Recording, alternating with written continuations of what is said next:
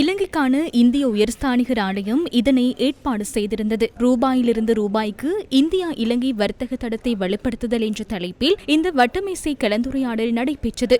கொழும்பில் உள்ள இந்திய வங்கிகள் இலங்கை இறக்குமதியாளர்களுக்கு நேரடியாக இந்திய ரூபாய் மூலமாகவே கடன்களை வழங்குவதற்கு அனுமதிக்கும் ஒரு முக்கிய ஒழுங்குமுறை திருத்தத்தை இந்த நிகழ்வில் உரையாற்றிய இலங்கைக்கான இந்திய உயர்ஸ்தானிகர் சந்தோஷ் ஜா வெளிப்படுத்தினார்.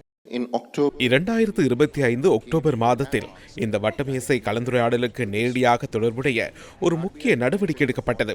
பூட்டான், நேபாளம் மற்றும் இலங்கை ஆகிய நாடுகளின் பிரஜைகளுக்கும் அந்த நாடுகளில் உள்ள வங்கிகளுக்கும் எல்லை கடந்த வர்த்தக பரிவர்த்தனைகளுக்காக பிரத்யேகமாக இந்திய ரூபாய் மதிப்பில் கடன்களை வழங்குவதற்கு இந்தியாவிலும் வெளிநாடுகளிலும் உள்ள அங்கீகரிக்கப்பட்ட முகவர் வங்கிகளுக்கு இந்திய ரிசர்வ் வங்கி தனது அந்நிய செலாவணி முகாமைத்துவ கடன் வழங்குதல் மற்றும் வழங்குதல் விதிமுறைகளில் திருத்தம் செய்தது.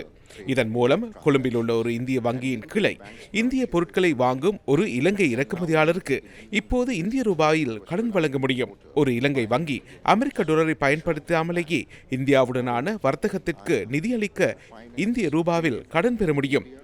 இது ஒரு சிறிய அளவிலான சீர்திருத்தம் அல்ல, மாறாக பிராந்திய வர்த்தக நிதி எவ்வாறு செயற்பட வேண்டும் என்பதில் ஏற்பட்டுள்ள ஒரு கட்டமைப்பு மாற்றமாகும்.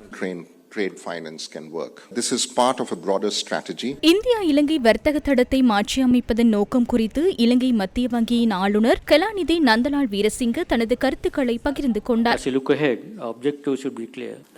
நாம் எதிர்காலத்தை நோக்குகையில் எமது நோக்கம் தெளிவாக இருக்க வேண்டும். அதாவது இந்தியா இலங்கை வர்த்தக தடத்தை இந்த பிராந்தியத்திலேயே மிகவும் திறமையான, உள்ளடக்கிய மற்றும் டிஜிட்டல் முறையில் இணைக்கப்பட்ட ஒரு பொருளாதார தடமாக மாற்ற வேண்டும்.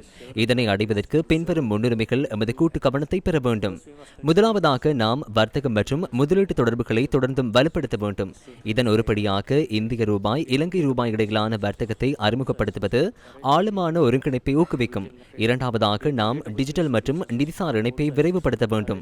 மூன்றாவதாக எமது பொருளாதார வளர்ச்சி உள்ளடக்கியதாகவும் நிலையானதாகவும் இருப்பதை உறுதி செய்ய வேண்டும். இறுதியாக தலைமுறையாக இந்திய இலங்கை உறவுகளை அடையாளப்படுத்தி வரும் நம்பிக்கை மற்றும் கூட்டு உணர்வை நாம் தொடர்ந்தும் கட்டியெழுப்ப வேண்டும்.